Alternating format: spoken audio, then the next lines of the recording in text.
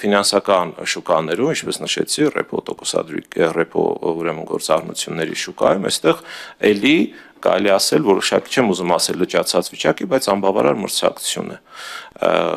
Շատ երկրներ ունակով կարող ենք բերել Կենտրոնական բանկի քաղաքականության տոկոսադրույքի փոփոխությունը կամ տոկոսադրույքի մեծությունը այդ ուրեմն արժեթղթերի շուկայի, այսպես այդ կորի ծայրակետին է համընկնում եւ երբ որ Կենտրոնական բանկը փոխում է իր տոկոսադրույքը, այդ կորի ծայրակետը փոխվում է, որը փոխանցում է առաջացնում փոփոխություն ամբողջ կորի երկայնքով։ Իսկ մեզ մոտ, քանի որ շուկան ֆինանսական գործիքների, անցյալ գործիքների շուկան կամ չկա որոշակի առումով կամ թեր զարգացած է, դա նմանօրինակ փոփոխություններ չի առաջացնում։ Այսինքն պատճառները ամենատարբեր են, բազմաթիվ են, կան օբյեկտիվ պատճառներ, որոնք չեն կարող ձեռք տալ, կոպիտ ասած, կան սուբյեկտիվ պատճառներ, որոնք կարելի է փորձել ավելի նպաստավոր, այսպես միջավայր ձևավորել։ Շնորհակալություն, այլ հարցեր կան, պարոն Քոթարյան, խնդրեմ պարոն Կարապետյան։ Շնորհակալություն, պարոն Քոթարյան, դուք նշեցիք, որ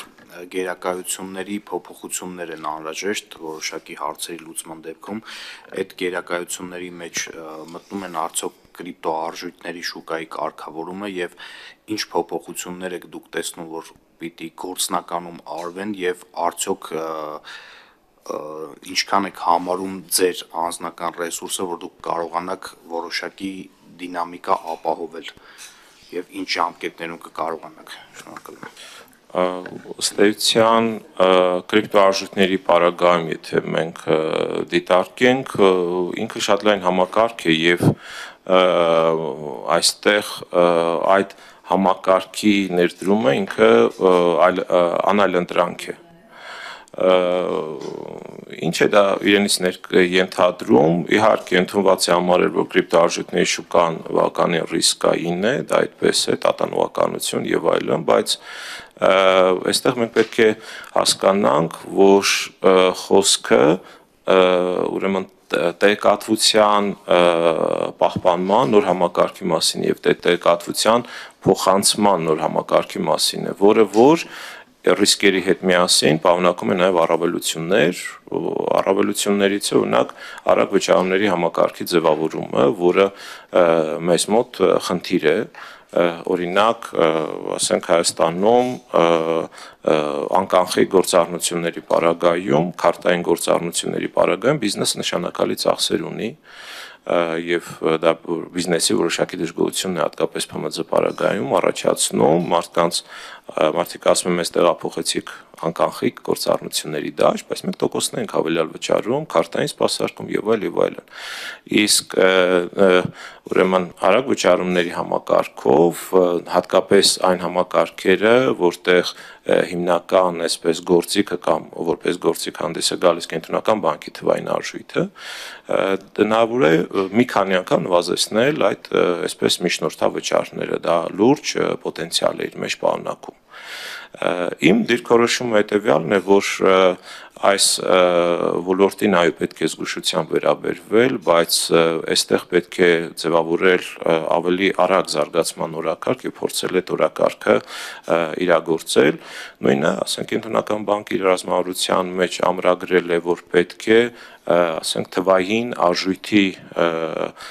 ուրեմն ներդրման նպատակահարմարության վերաբերյալ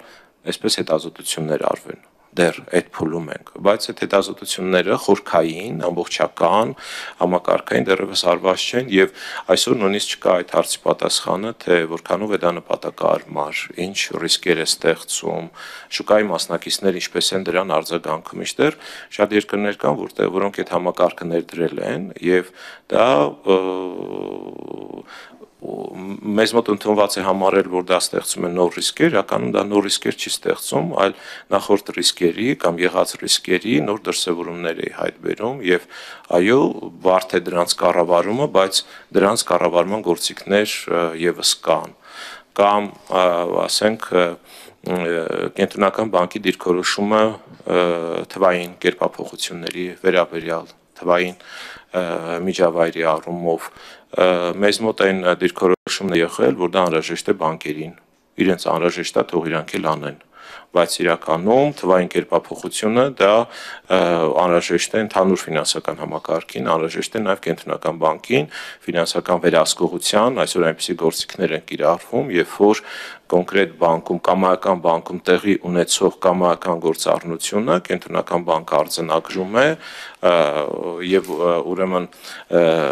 կայունության վերլուծություն կատարվում է ոչ թե ասենք տարին որոշակի պարբերականությամբ, հա, այլ ուրեմն օպերատիվ ժամանակի ռեժիմում եւ մյուսը ֆինանսական տեխնոլոգիաները, նորագույն տեխնոլոգիաները մեզ մոտ այո բավական զգուշավորություն է հանդես բերվել, այսօր մենք չունենք այն ենթակառուցվածքը, որտեղ ասենք, չգիտեմ, նորական տեխնոլոգիաները կարող են փորձարկվել։ Հիմա օրինակ մի խումբ, ասենք, նորարարների, երիտասարդների ունի գաղափար։ Նա ասում է նախորդ Տիկին Մանավազյան տրված հարցի տրամաբանության մեջ, ես առաջարկում եմ մի գործիք, որը հնարավորություն է տալիս ավելի adekvat գնահատել հաճախորդի վարքունակությունը։